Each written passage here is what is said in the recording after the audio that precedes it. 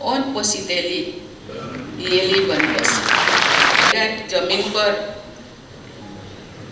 फिरदौस कहीं है तो यही जम्मू और कश्मीर के लेफ्टिनेंट गवर्नर आदरणीय Shri Manoj Sinha ji, vice chancellor professor Nilofar Khan ji, faculty members and staff, guardians and dear students, देवियों और स्वजनों, ही मौज कसीर। आज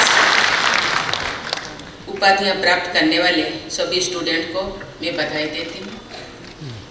मेडल विनर्स की मैं खास तौर पे तारीफ करती हूँ। आप सबके बीच यहाँ आकर मुझे बेहद खुशी हो रही है। मैं बहुत ही सी यूनिवर्सिटीज में कॉन्वोकेशन तथा अन्य अनेक समारोह में गई। मैं आप सबसे ये कहना चाहूँगी कि इतनी खूबसूरत कैंपसेस में तालीम हासिल करने का और तालीम देने का मौका मिलना खुशकिस्मत की बात है। कश्मीर यूनिवर्सिटी पर हजरत बल की रहमत हमेशा बनी रहती है और बनी रहती है। कश्मीर यूनिवर्सिटी के स्टूडेंट्स ने देश की सेवा करते हुए इस यूनिवर्सिटी का नाम रोशन किया है। ऐसे मशहूर विद्यार्थियों की लंबी लिस्ट है और सबका नाम लेना मुमकिन नहीं है। हाल के दौर में श्री गुलाम नबी आज़ाद जी को पद्म भूषण तथा प्रोफेसर चमनलाल सप्रू जी और प्रोफेसर KN पंडिता जी को पद्मश्री से नवाजा गया है। मुझे ये जानकर खुशी हो रही है कि इस यूनिवर्सिटी के 3 NSS वॉलंटियर स्टूडेंट्स ने 2023 के रिपब्लिक डे परेड में हिस्सा लिया था। उन तीनों स्टूडेंट्स की मैं तारीफ करती हूँ। उनमें से एक स्टूडेंट किफ़ायतुल्ला मलिक को मैंने 29 सितंबर को राष्ट्रपति भवन में NSS अवार्ड प्रदान किया है। समाज सेवा के जरिए लोगों की मदद करने वाले ऐसे नौजवानों की जिंदगी भी तारीफ की जानी चाहिए। जितने भी तारीफ किया जाए कम है। कश्मीर के जमींदार नवाजने पर पूरा देश का गर्व है। मैं चाहूँगी कि कश्मीर यूनिवर्सिटी के यंग स्टूडेंट्स पढ़ाई के साथ साथ सोशल सर्विस में बढ़ चढ़ कर भागीदारी करें। ऐसा करके आप सब स्टूडेंट सामाजिक बदलाव लाने में कामयाब होंगे और देश के सामने मिसाल पेश करेंगे। मुझे कश्मीर यूनिवर्सिटी की ब्रेन गेन की पहल ने प्रभावित किया है। मुझे बताया गया है कि विदेशों में बहुत अच्छी यूनिवर्सिटीज में काम कर रहे साइंटिस्ट को कश्मीर यूनिवर्सिटी में रामानुज फेलोज, रामालिंगा स्वामी फेलोज और इंस्पायर फैकल्टी फेलोज के रूप में चुना गया है और असिस्टेंट प्रोफेसर या साइंटिस्ट के बराबरी के अहदों पर काम करने के मौके दिए गए। ऐसे 11 फेलोज जहाँ काम कर रहे हैं। चंद्रयान मिशन के जरिए high science at low cost की शानदार मिसाल पेश करने वाले हमारे देश में साइंस और टेक्नोलॉजी में अच्छा काम करने के अवसर बढ़ते रहेंगे। मुझे ये जानकर बहुत खुशी हो रही है कि कश्मीर यूनिवर्सिटी में गर्ल स्टूडेंट की संख्या 55% है। गोल्ड मेडल्स और प्राइज जीतने वाले की कुल संख्या में लगभग 65% लड़कियां हैं। मैंने ध्यान दिया कि आज 21 टॉपर्स स्टेज पर आए, उनमें लड़कियों की संख्या 17 है, जो कि 2/3 से अधिक है। मैं यहाँ बैठे सभी बेटियों की दिल से मुबारक देती हूँ, उन्हें दुहाई देती हूँ। ये होनहार बेटियाँ हमारे देश की तस्वीर भी है और तकदीर भी। हमारे देश की महिलाओं और लड़कियाँ अपने काबिलियत के दम पर ये साबित कर रही है कि नारी शक्ति बंधन अधिनियम 2023 के जरिए भविष्य में देश की लीडरशिप में और बड़ी भागीदारी निभाने के लिए और पूरी तरह तैयार है।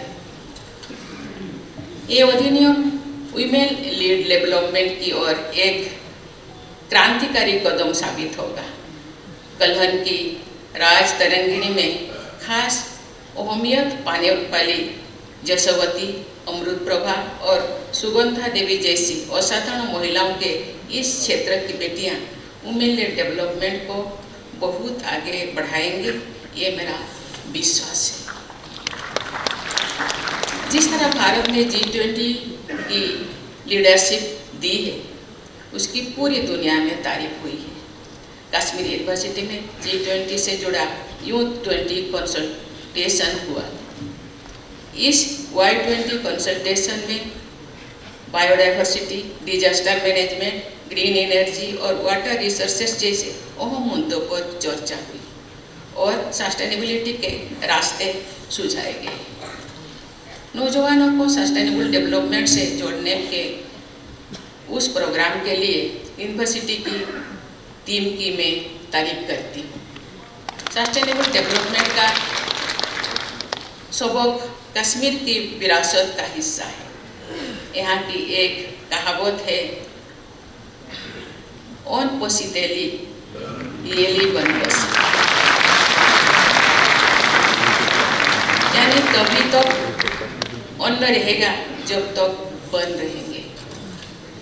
कुदरत की सौगातों को बचाकर रखने की ये सीख अनमोल है। कुदरत ने कश्मीर को बेपनाह खूबसूरती से रखी है। फारसी शायरों में ठीक ही कहा गया है कि अगर जमीन पर फिरदौस कहीं है तो यही है। धरती की इस जन्नत को बचाए रखने की जिम्मेदारी हम सभी की है और नौजवान की पीढ़ी को खास तौर से ये जिम्मेदारी निभानी चाहिए। हिमालयन इकोसिस्टम को बचाकर रखने में कश्मीर यूनिवर्सिटी की टीम को भी सजग रहना होगा। मुझे बताया गया है कि ग्लासियोलॉजी, बायोडाइवर्सिटी कंजर्वेशन तथा हिमालयन आइस पर लेबोरेटरी से जुड़े काम यहाँ अलग अलग स्टेज पर है। मुझे यकीन है कि ऐसे सभी क्षेत्रों में आप सब तेज रफ्तार से काम करेंगे। डियर स्टूडेंट्स, आपकी यूनिवर्सिटी के एम्ब्लेम में मोटो भी लिखा हुआ है।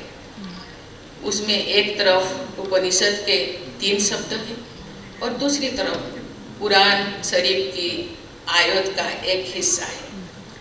उन दोनों का मतलब एक ही, हम अहंकार से प्रकाश की ओर चले, जुल्मात या अंधेरों से नूर या रोशनी की ओर चले। इन अमर संदेशों में सबक भी है और दुआ भी, शिक्षा भी है और प्रार्थना भी। तालीम की रोशनी की ओर, अमन चैन के उजाले की ओर हमारे नौजवान जितना आगे बढ़ेंगे उतना ही आगे हमारा देश बढ़ेगा। जिस समाज और देश के नौजवान डेवलपमेंट और डिसिप्लिन का रास्ता पकड़ते हैं, वो समाज तथा देश तरक्की और खुशहाली के रास्ते पर आगे बढ़ता रहेगा। नेशनल एजुकेशन पॉलिसी में इंडियन नॉलेज सिस्टम पर जोर दिया गया है। हमारे नौजवानों को इंडियन नॉलेज सिस्टम के बारे में अच्छी जानकारी दी जाए तो उन्हें एक से बढ़कर एक प्रेरक उदाहरण मिलेंगे। आज से लगभग 1200 साल पहले श्रीनगर शहर को झेलम नदी की बाढ़ और तबाही से बचाने के लिए सुया नामी के एक्सपर्ट ने जो काम किया है उसे आज की भाषा में हाइड्रोलिक इंजीनियरिंग कह सकते हैं। उन्होंने झेलम नदी, जिसे तब वितस्ता कहा जाता था, के बहाव को कई जगह पर मोड़ दिया था। तत्कालीन साहित्य में उल्लेख मिलता है कि नदियों की सुया वैसे ही चलाते हैं नदियों को, ऐसे जैसे कि सपेरा सांप को नचाता है। आप जो झेलम के बाहों को देखते हैं तो ये बात बिल्कुल सही दिखाई देती है। वाटर रिसोर्स मैनेजमेंट के ऐसे प्राचीन उदाहरण पूरे देश में पाए जाते हैं। ज्ञान विज्ञान के हर क्षेत्रों में हमारा देश के पास अनमोल खजाना है जो इस देश की मिट्टी में फले फूले हैं। ऐसे ऑर्गेनिकली ग्रोन नॉलेज सिस्टम को आज के हालत में फिर से इस्तेमाल करने के तरीका खोजना एकेडमिक वर्ल्ड की जिम्मेदारी है। मैं एक बार फिर सभी स्टूडेंट को मुबारकबाद देती हूँ और मेडल विनर्स को शाबाशी देती हूँ। मैं दुआ करती हूँ कि आप सभी स्टूडेंट खूब तरक्की करें और ऐसे नेक काम करें जिससे आपके परिवार, यूनिवर्सिटी और देश का नाम रोशन।